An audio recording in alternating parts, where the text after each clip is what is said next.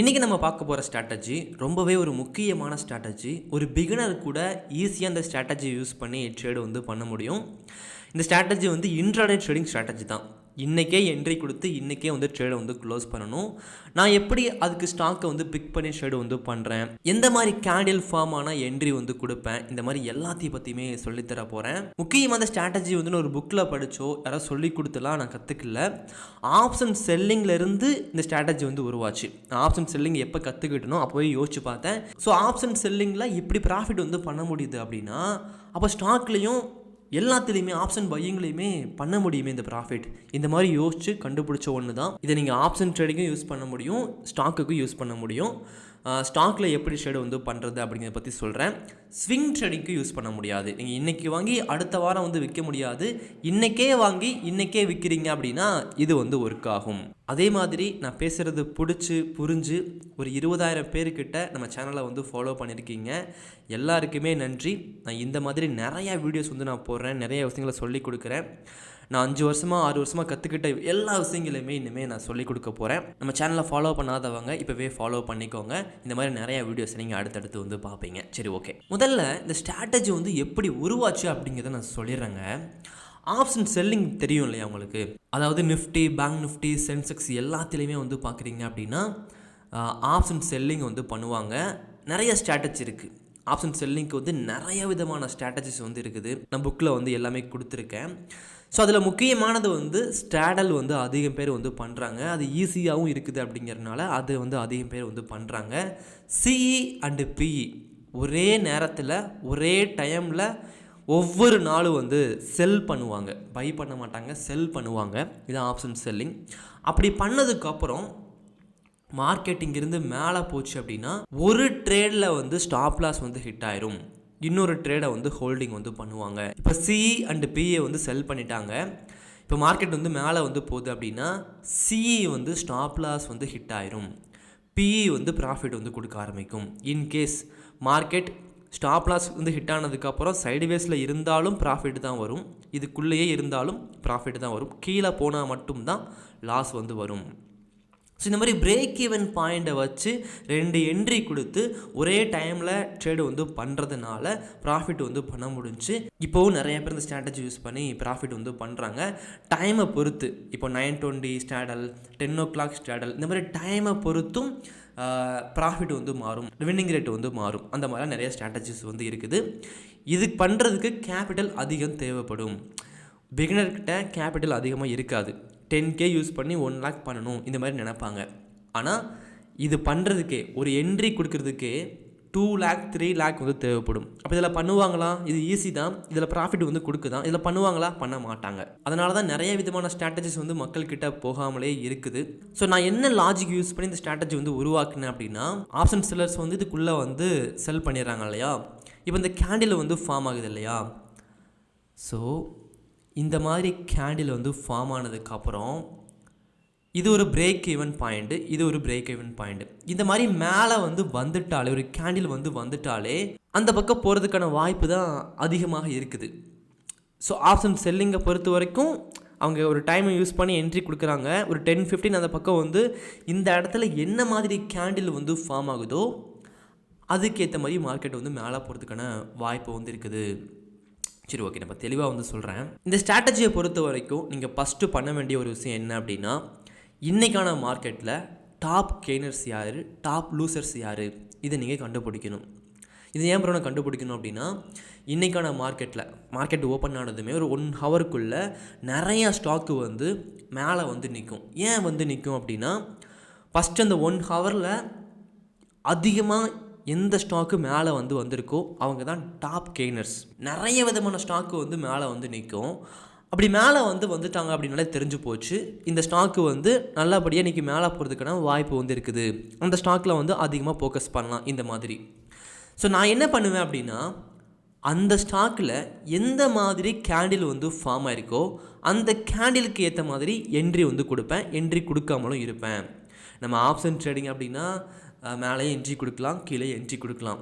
ஆனால் ஸ்டாக்கை பொறுத்த வரைக்கும் அப்படி பண்ண முடியுமாங்க? ஸ்விங் ட்ரேடிங்கை பொறுத்த வரைக்கும் இங்கே மேலே என்ட்ரி கொடுக்கலாம், ஆனால் கீழே என்ட்ரி கொடுக்கணும் அப்படின்னா அதுக்கு நீங்கள் ஆப்ஷன்ஸ் ட்ரேடிங் தான் வந்து பண்ணி ஆகணும், அந்த ப்ரீமியம் தான் வந்து வாங்கி ஆகணும். ஷேர் வந்து கீழே வந்து செல் பண்ணி வைக்க முடியாது. ஸோ இதுதான். ஆனால் இன்ட்ராடே ட்ரேடிங்கில் நீங்கள் பையும் பண்ணி வைக்க முடியும், செல்லும் பண்ணி வைக்க முடியும். என்ன ப்ரோ சொல்கிறீங்க, ஸ்டாக்கில் வந்து மேலேயும் வாங்கி வைக்க முடியும், கீழேயும் வந்து வாங்கி வைக்க முடியுமா அப்படின்னா முடியுங்க. ஆனால் அது லாங் டேர்முக்கு வந்து வாங்கி வைக்க முடியாதுங்க. இன்ட்ராடே ட்ரேடிங்க்கு மட்டும் வாங்கி வைக்க முடியும். நான் லாஸ்ட் வீடியோவில் இது தெளிவாக வந்து எக்ஸ்பிளைன் பண்ணாமல் விட்டுட்டேன். நீங்கள் மேலேயும் வாங்கி வைக்க முடியும், கீழேயும் வாங்கி வைக்க முடியும், ஆனால் இன்ட்ராடே ட்ரேடிங்க்கும் மட்டும்தான் அப்படிங்கிறத தெரிஞ்சுக்கோங்க. ஸோ நான் முக்கியமாக வந்து பார்க்குறீங்க அப்படின்னா மார்க்கெட் மேலே போகும்போது தான் என்ட்ரி கொடுப்பேன். நான் ஸ்விங் ட்ரேடிங்கில் எல்லாத்துலேயுமே வந்து பார்க்குறீங்க அப்படின்னா மார்க்கெட் மேலே போகும்போது தான் என்ட்ரி கொடுத்து எனக்கு ப்ராஃபிட் பண்ணி பழக்கம். ஈஸியாக என்னால் கண்டுபிடிக்க முடியும் அப்படிங்கிறனால நான் அதில் தான் வந்து ஃபோக்கஸ் பண்ணுறேன். பட் இருந்தாலும் நான் ரெண்டையுமே சொல்லி கொடுக்குறேன், உங்களுக்கு எது செட் ஆகுதுன்னு சொல்லி பாருங்கள். இப்போது இந்த மாதிரி ரெட் ஹேமர் வந்து ஃபார்ம் ஆகுது அப்படின்னா அந்த 1 ஹவர் கேண்டில் முடிஞ்சதும் நான் வந்து என்ட்ரி கொடுக்க மாட்டேன். அதுவே ஃபஸ்ட்டு 1 ஹவரில் அது க்ரீன் ஹேமராக இருந்துச்சு அப்படின்னா நான் என்ட்ரி கொடுப்பேன். எப்படி என்ட்ரி கொடுப்பேன், எங்கே ஸ்டாப் லாஸ் போடுறேன், எங்கே டார்கெட் போடுறேன் சொல்கிறேன். இப்போ நம்ம சன்ஃபார்மா ஸ்டாக் வந்து எடுத்துக்கலாம். 1 ஹவர் முடிஞ்சதுமே அதோட ப்ரீவியஸ் ஹை, அதோட ப்ரீவியஸ் லோ வந்து நான் மார்க் பண்ணிட்டேன். சரிங்களா, இதுதான் 1 ஹவர் கேண்டில். இது ஒரு புல்லிஷ் கேண்டில் தான், ஒரு குறைவான ஒரு கேண்டில் வந்து கிடையாது. நல்லபடியாக மேலே வந்து வந்திருக்கிறாங்க. எவ்வளோ பர்சன்டேஜ் அப்படின்னா 0.7%, ஒரு 11 ரூபாய் வந்து ஏறி இருக்குது அந்த 1 ஹவருக்குள்ளே. அப்படிங்கிறனால இந்த 1 ஹவரில் இந்த ஒரு ஸ்டாக்கு வந்து டாப் கெய்னர்ஸ்குள்ளே வந்திருப்பாங்க. அதனால் நான் இந்த ஸ்டாக்கில் வந்து இந்த இடத்துல என்ட்ரி கொடுப்பேன். அந்த கேண்டிலுக்கு கீழேயே ஸ்டாப் லாஸ் வந்து போடுவேன், அதுக்கு மேலேயே வந்து டார்கெட் வந்து போடுவேன். ப்ராஃபிட் வரதுக்கான வாய்ப்பு அதிகமாக இருக்குங்க. ஒன்று தாங்க, நீங்கள் கேண்டில் பார்க்குறீங்க, இந்த ஸ்டாக் முதல்ல ஏன் நீங்கள் பிக் பண்ணீங்க, அந்த ஸ்டாக்கு வந்து அந்த 1 ஹவரில் பயங்கரமாக மேலே வந்துட்டாங்க. அதனால் டாப் கெய்னர்ஸில் அந்த ஸ்டாக்கு வந்து வந்துட்டாங்க. அதனால் நீங்கள் என்ட்ரி கொடுக்குறீங்க. ஸோ கீழே போகிறதுக்கான வாய்ப்பு குறைவாக இருக்குது. அந்த இடத்துலையும் நீங்கள் கேண்டில் ஸ்டிக்கு பார்த்து தான் என்ட்ரி வந்து கொடுக்க போகிறீங்க. அப்படிங்கிறனால இன்னும் கொஞ்சம் வின்னிங் ரேட் வந்து அதிகமாக இருக்கும். அதே நேரத்தில் இந்த ஃபஸ்ட்டு 1 ஹவர் கேண்டில் இருக்கு இல்லையா, அது சப்போர்ட் லைன்லேருந்து மேலே வந்து வராங்களா அதை நீங்கள் பார்க்கணும். ஓகே, ஒரு சப்போர்ட் லைன்லேருந்து மேலே வராங்களா, ட்ரெண்ட் லைன்லேருந்து மேலே வராங்களா அதை நீங்கள் பார்க்கணும். இதுக்கு முன்னாடி கேண்டில், இதுக்கு முன்னாடி ஒரு 3 கேண்டில் எடுத்துக்கோங்க. இன்றைக்கி ஃபார்ம் ஆன அந்த 1 ஹவர் கேண்டிலும் அதுக்கு முன்னாடி இருக்கக்கூடிய 2 கேண்டிலும் என்ன மாதிரி கேண்டில் பேட்டர்னை வந்து சொல்லுது அதை நீங்கள் பார்க்கணும். இந்த 3 கேண்டில் என்ன சொல்லுது அப்படின்னா இது மார்னிங் ஸ்டார் மேலே போகிறதுக்கான வாய்ப்பு இருக்குது, இந்த மாதிரி வந்து சொல்லுது. நான் சொல்கிறது புரியுது இல்லையா? நீங்கள் இன்றைக்கி தான் ட்ரேடிங்கில் வந்திருக்கீங்கன்னா இந்த கேண்டில் பற்றிலாம் தெரியாதுன்னா உங்களுக்கு புரியாது. ஆனால் கொஞ்சம் கொஞ்சம் கற்றுக்கிட்டிங்கன்னா புரியும். எனக்கு ப்ராப்பராக வந்து கற்றுக்கணும் ப்ரோ, ஸ்டெப்பு 1லேருந்து பேசிக்லேருந்து அட்வான்ஸ் வரைக்கும் எல்லாமே ப்ராப்பராக வந்து கற்றுக்கணும், நீங்கள் சொல்கிறது நல்லா எனக்கு புரியுது, கற்றுக் கொடுங்க அப்படின்னா நான் கற்றுக்கிட்ட ஸ்ட்ராட்டஜியை பேசிக்லேருந்து அட்வான்ஸ் வரைக்கும் கற்றுக்கிட்ட ஸ்ட்ராட்டஜியை நான் எல்லாமே சொல்லி கொடுத்துருக்கேன் ஒரு கோர்ஸ் மூலியமாக. அது 2026 தான் லான்ச் பண்ணியிருக்கேன். நீங்கள் ப்ராப்பராக கற்றுக்க ஆசைப்பட்றீங்க அப்படின்னா அந்த கோர்ஸ் வாங்கி படிங்க, நிச்சயமாக பயனுள்ளதாக இருக்கும். இல்லை ப்ரோ கோர்ஸ் வாங்கி படிக்கிறதுக்கு பணம் இல்லை அப்படின்னா நான் ஒரு 3 புத்தகம் எழுதியிருக்கேன் ட்ரேடிங்கை பற்றி, அந்த 3 புத்தகங்கள் வாங்கி படிங்க. அந்த புத்தகத்தின் மூலியமாகவும் ஆப்ஷன் ட்ரேடிங்கை பற்றி, ஸ்விங் ட்ரேடிங்கை பற்றி, ஆப்ஷன் செல்லிங்கை பற்றி, இன்வெஸ்டிங்கை பற்றி, எஸ்ஐபி பற்றி எல்லாமே வந்து கற்றுக்க முடியுங்க.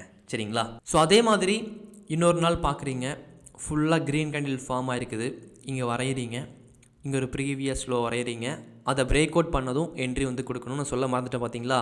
இந்த மாதிரி கேண்டில் வந்து ஃபார்ம் ஆனதுமே என்ட்ரி கொடுக்கக்கூடாது. அந்த ஒரு ப்ரீவியஸ் ஹை இருக்கு இல்லையா, அந்த கேண்டிலோட ப்ரீவியஸ் ஹை அதை பிரேக் அவுட் பண்ணால் மட்டும்தான் நம்ம என்ட்ரி வந்து கொடுக்கணும். நீங்கள் 1 ஹவர் தான் யூஸ் பண்ணுங்கிற அவசியம் கிடையாது. இது வரைஞ்சதுக்கப்புறம் ஒரு 5 மினிட் யூஸ் பண்ணி 15 மினிட்ஸ் யூஸ் பண்ணி கூட நீங்கள் என்ட்ரி வந்து இங்கே கொடுக்க முடியும். சரிங்களா? ஓகே. ஸோ இந்த ஒரு கேண்டிலுக்கு முன்னாடி 2 கேண்டில் வந்து கீழே தான் வந்திருக்கிறாங்க, நல்லபடியாக கீழே தான் வந்திருக்காங்க. அப்படிங்கிறனால இது 3 சேர்த்து பார்க்கும்போது இதுவும் ஒரு மார்னிங் ஸ்டார் தான் இருக்குது. அப்படிங்கிறனால மேலே போகிறதுக்கான வாய்ப்பு இருக்குது. இப்படி நீங்கள் ஒவ்வொரு நாளையும் எடுத்து பாருங்கள். இப்போவும் கேண்டில் எல்லாமே ப்ராஃபிட் வந்து கொடுத்துக்கிட்டு தான் இருக்குது. ஆனால் நம்ம தான் அந்த இடத்துல சரியாக பயன்படுத்துறது கிடையாது. நம்ம ரொம்ப யோசிக்கிறோம், ரொம்ப கஷ்டப்படுறோம், நிறைய ட்ரேடு வந்து பண்ணுறோம், அதனால தான் லாஸ் வந்து வருதே தவிர இந்த மாதிரி லிமிட்டடாக ட்ரேடு வந்து பண்ணுறீங்க. ஒரு ஸ்ட்ராட்டஜி வந்து ரொம்ப அதிகமாக ரொம்ப லைன்ஸ்லாம் இல்லாமல், இண்டிகேட்டர்ஸ்லாம் இல்லாமல் இந்த மாதிரி சிம்பிள் அண்ட் பெர்ஃபெக்டாக இருந்துச்சு அப்படின்னா அது ரொம்ப கஷ்டப்படுத்தாது, ஈஸியாக வந்து ப்ராஃபிட் வந்து பண்ண முடியும். நான் சொல்லியிருக்கிறேன், நீங்கள் ஒன்று கற்றுக்கிட்டு அதை வச்சு மட்டுமே ட்ரேடு வந்து பண்ணாதீங்க. ஒன்று கற்றுக்கிட்டீங்க அப்படின்னா உங்களுக்கு ஆல்ரெடி கேண்டில் பற்றியும் தெரியும். அப்போது அந்த கேண்டிலை வந்து இந்த மாதிரி ஒரு புல்லிஷ் என்கல்ஃபிங்காக இருக்குது, நான் அதை யூஸ் பண்ணி என்ட்ரி கொடுக்குறேன். இப்படி எல்லாத்தையும் சேர்த்து வச்சு ட்ரேடு வந்து பண்ணும்போது ஈஸியாக இருக்கும், ப்ராஃபிட் வந்து அதிகமாக வருங்க. அதனால தான் நான் சொல்கிறேன். அதே மாதிரி இந்த மாதிரி ஸ்பின்னிங் டாப் கேண்டில் வந்து ஃபார்ம் ஆகுது அப்படின்னா நீங்கள் கொஞ்சம் வெயிட் பண்ண வேண்டியது இருக்கும். ஸ்பின்னிங் டாப் அப்படின்னா மேலேயும் ஒரு கோடு இருக்கும், கீழேயும் ஒரு கோடு இருக்கும். அதாவது மார்க்கெட் இந்த இடத்துல ஓப்பன் பண்ணிவிட்டு மேலேயும் போயிருக்கிறாங்க, கீழேயும் வந்திருக்கிறாங்க, திரும்பியும் நடுவுலேயே வந்து முடிஞ்சிருக்காங்க. அப்படிங்கிறதுனால நம்ம இது வந்து ஒரு புல்லிஷான கேண்டிலும் கிடையாது, ஒரு பெயரிஷான கேண்டிலும் கிடையாது, வெயிட் பண்ணி தான் ஆகணும் இல்லையா? ஸோ அந்த மாதிரி ஸ்பின்னிங் டாப் கேண்டில் வந்து ஃபஸ்ட்டு 1 ஹவரில் வந்து ஃபார்ம் ஆகுறாங்க அப்படின்னா அந்த ஹேண்டிலோட ப்ரீவியஸ் கை வந்து மார்க் பண்ணிக்கோங்க, அந்த ஹேண்டிலோட ப்ரீவியஸ் லோ வந்து மார்க் பண்ணிக்கோங்க. ஸோ அதை பிரேக் அவுட் வந்து பண்ணும்போது என்ட்ரி வந்து கொடுங்க. நீங்கள் கேண்டில் வந்து ஃபார்ம் ஆனது என்ட்ரி கொடுக்க போகிறீங்க அப்படின்னா என்ட்ரி வந்து கொடுக்கலாமான்னு கேட்டிங்கன்னா என்ட்ரி வந்து கொடுக்கலாம். ஆனால் எந்த இடத்துல என்ட்ரி கொடுக்கலாம் அப்படின்னா அந்த கேண்டில் வந்து ரொம்ப பெர்ஃபெக்டாக வந்து இருக்கணும். அந்த கேண்டிலுக்கு 2 கேண்டில் முன்னாடி வந்து ஒரு மார்னிங் ஸ்டாராக இருக்குது, ஒரு புல்லிஷ் என்கல்ஃபிங்காக இருக்குது, அது ஒரு நல்ல ஒரு சப்போர்ட் லைனாக இருக்குது இந்த மாதிரி அப்படின்னா நீங்கள் அந்த இடத்துல வந்து கேண்டிலை பார்த்து மட்டுமே என்ட்ரி கொடுக்கலாம்.